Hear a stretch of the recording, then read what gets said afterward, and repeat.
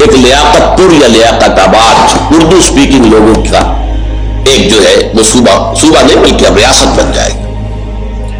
اور تیسرے سندھو دیش، یعنی جو بھی سمندر پر بیٹھے ہوئے علاقے جن کا آؤٹ لیٹ سمندر پہ ہے وہ تو independent nations, independent countries, independent states بن جائے گی. اوپر جو ہے شمالی علاقہ جات جو ہمارے ہیں، گلگت ہنزا وغیرہ اور آزاد کشمیر، اور انڈیا کا مقبوضہ کشمیر جس کو ہم کہتے ہیں، جسے وہ آزاد کشمیر کہتے ہیں، ان کو جوڑ کر ایک کشمیری ریاست وجود میں آ جائے گی. یہ بڑا پرانا خاکہ ہے، امریکہ کا بڑا پرانا خاکہ ہے. اور یہ کہ اس سے پہلے تو روبن رافیل جو ہوتی تھی اسسٹنٹ سیکرٹری آف اسٹیٹ امریکہ کی، اس نے کھل کر اس کو بیان کیا تھا کہ ہم ان دونوں کشمیروں کو ملا کر اور اس کے ساتھ شمالی علاقہ جات پاکستان سے، چونکہ وہ کشمیر کی وہ بھی حکومت جو تھی ڈوگرا حکومت اس کے ماتحت تھے، اور مزید یہ کہ اس میں جو علاقے پاکستان نے دے دیے تھے لداخ کے، چائنا کو وہ بھی واپس لے کر اور بھارتی کشمیر کو ملا کر ایک آزاد ملک بنائیں گے.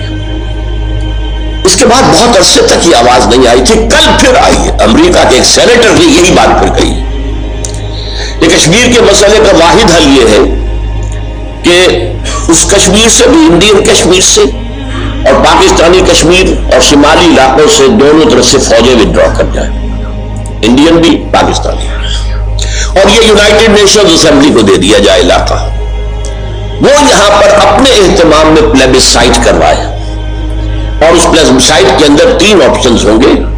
آپ ہندوستان کے ساتھ رہنا چاہتے ہیں یا پاکستان کے ساتھ یا آزاد. حالات جس نہج پر جا چکے ہیں اس میں لازمی نتیجہ یہ ہے کہ آزاد کشمیر کی طرف ان کا رخ ہوگا. اب پاکستان سے ڈسلیوژن ہو چکے ہیں، اور پاکستان سے تو اب وہ کہتے ہیں کہ ہمیں دھوکہ دیا، مروایا ہمیں، اتنے لوگ ہمارے مروا دیے اور اب اپنے ہاتھ اٹھا دیے، بٹرے کیا ہمیں. لہٰذا ان کے آپشن میں پاکستان نہیں آئے گا، آزادی.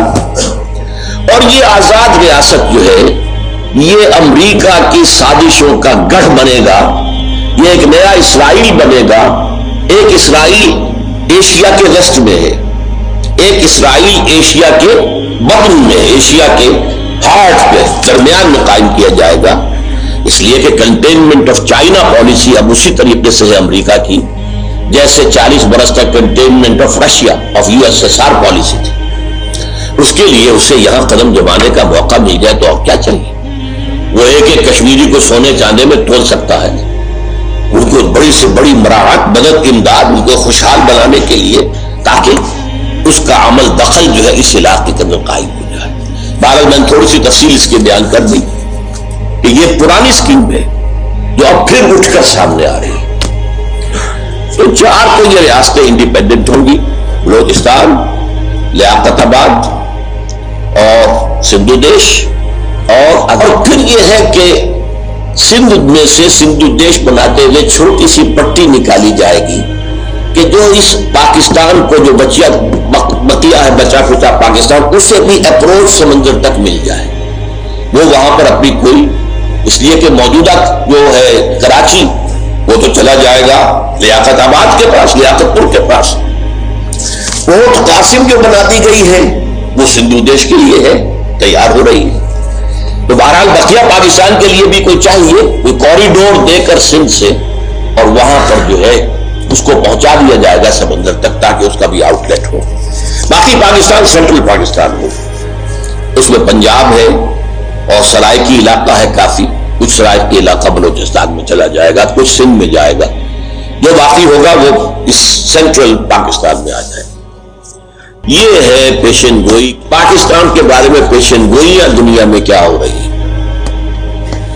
تو دوستو آپ نے سنا، دشمن نے تو پلاننگ کی ہوئی ہے اور خواب دیکھ رہا ہے کہ وہ ہمیں لڑوا کر ہمارے ملک کے ٹکڑے کر دے اور ہمیں ہندوستان کی کالونی بنا دے.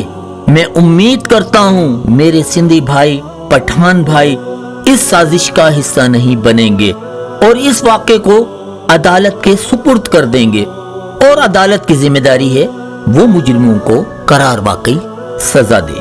اور ہم ہر صورت میں اپنے اتحاد و محبت میں کسی طرح کی کمی نہیں آنے دیں گے. اس دعا کے ساتھ آپ سے اجازت۔ اللہ کریم ہمارے پیارے پاکستان کو شاد و آباد قائم و دائم رکھے۔ پاکستان زندہ باد۔